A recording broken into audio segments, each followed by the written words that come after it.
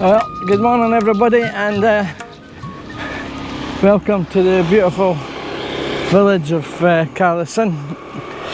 If you didn't see the first video on Kalasin, I suggest you can go back, maybe give it a wee bit of what I'm doing. But I came back again for a few days.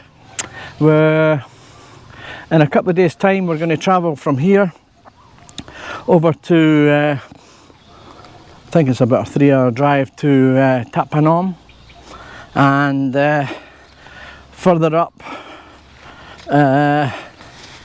to maybe Nakhon Panom over to Nongkai, and back down via Udantani, arriving back here in Kalasin around about the 29th. Yeah, and I need to pan around here, guys, let you show you this lake, beautiful lake here in Kalasin. There's one road purposely built across the lake, of course. There's a lake on both sides. You can't really see much about the lake there. It's reeds, and well, you wouldn't want to walk through there because there'll be a lot of insects and stuff like that. A lot of water buffalo across the other side. But I just really want to show you some of the scenery here. Absolutely beautiful. And massive big lotus flowers. I'm not going to go that far along because they're further along. I'm going to show you them tomorrow morning when we're going to visit Taz's auntie. And we're going to walk back up there towards the house. So let's see. I'll pan around again, let you see me. Hey guys, it's actually really warm.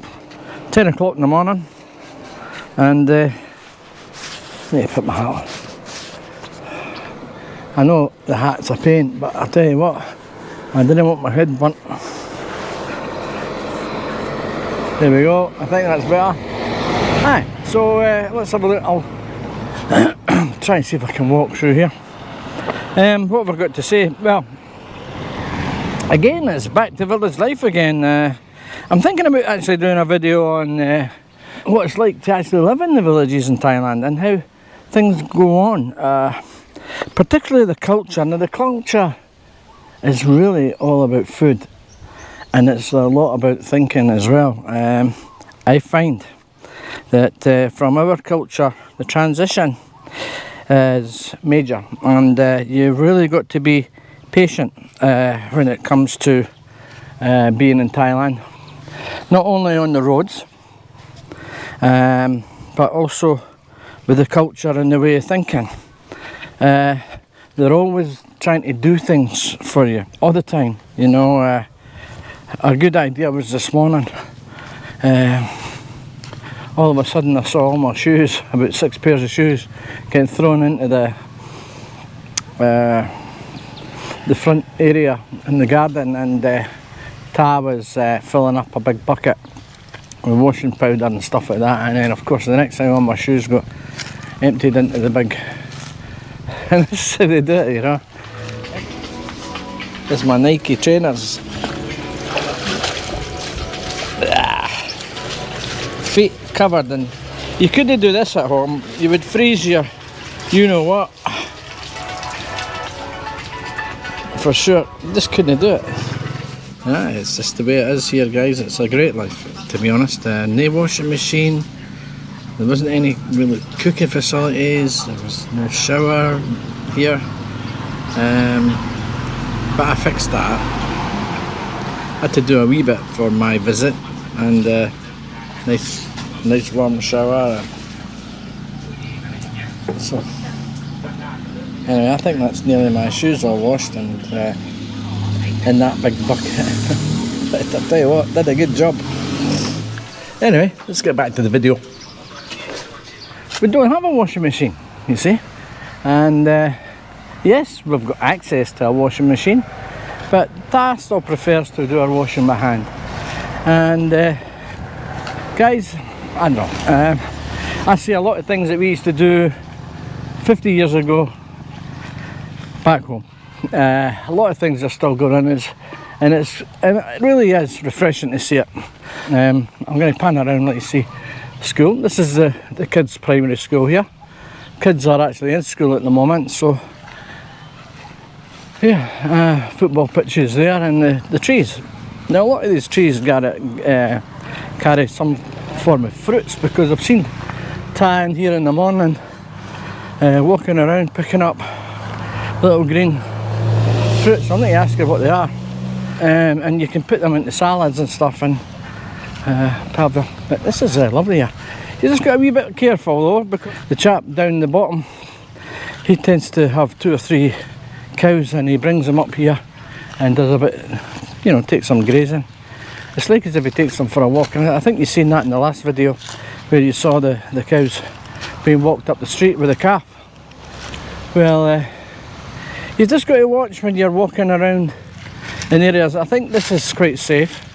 But if you come into other areas and you're walking around, especially with the big leaves, look out for snakes and stuff like that, because you could get bitten. I know that sounds a bit horrendous, but this area is okay because it is school grounds and it tends to get maintained. But yeah, beautiful. That's Taz house over there. That's where we're staying. And yeah. So there's the people that maintain, call them janitors if you like. They live in houses just at the side, and they do their own thing again. There's a little rubber tree here. You see the pots on the side hanging, and you see the cuts in the bark. So every time you cut the bark, the rubber, yeah, goes in to the pot, and there's a few pots all the way up the tree collecting. So they scarify, and then it bleeds, and the white resin goes into the pot, and then they take the pots, and there's a few pots on that tree there. So that's a rubber tree. Yeah, don't know the actual official name for the tree, but it's certainly collecting rubber. And some of the locals, I think, maybe are doing this, unless it's a project that they're doing for the kids at school. I don't really know. I'm looking around to see if I can see some of the stuff they pick up for the salads. Anyway, that's Taz's house just there, behind the pink wall.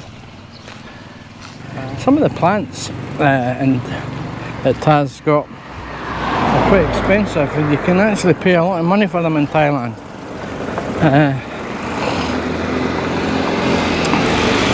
Her last plants that she was going to that she bought was something similar to this one, not exactly like this one. You've probably seen something like that back at home, but it's one that has white, complete white spots on them, and I think she paid about 70. If there's about 2 or 3 leaves, you can pay up to £70, but they can grow big, so you can pay right up to £200 or £300 just for plants. And I'm talking about pounds. In Thailand, that's big money in Thailand. Yeah. So yeah, that's a little motorbike that we're messing around in. But this is a nice little patch. The only thing I would say about this particular area is this: it's actually quite busy in and out of the village. It's the only road in at this end of the village, and see all the kids there on the bike. 4 to the bike. The youngest must be about 13, 14 driving that bike. God. And it's a 125cc, none of your 50s here, guys. Anyway, listen, let's get back to something else. Are you cooking? Huh? What are you cooking today? Bread, naan bread. Naan bread? Yes. And Indian curry? Indian curry. Indian curry and naan bread. It's 10 o'clock in the morning. When are you going to eat this? Are you eating it now? So, spicy food in the morning is very common here. unlike us, we would probably gag at the thought of eating curry and stuff like that in the morning, spicy food. But here they believe it's refreshing and sets you up for the day, to be honest. And who are we to say, fat people that we are? And all the people here are dead healthy. So come on, we've got to take a leaf out of their books. So I think I'll have some curry actually.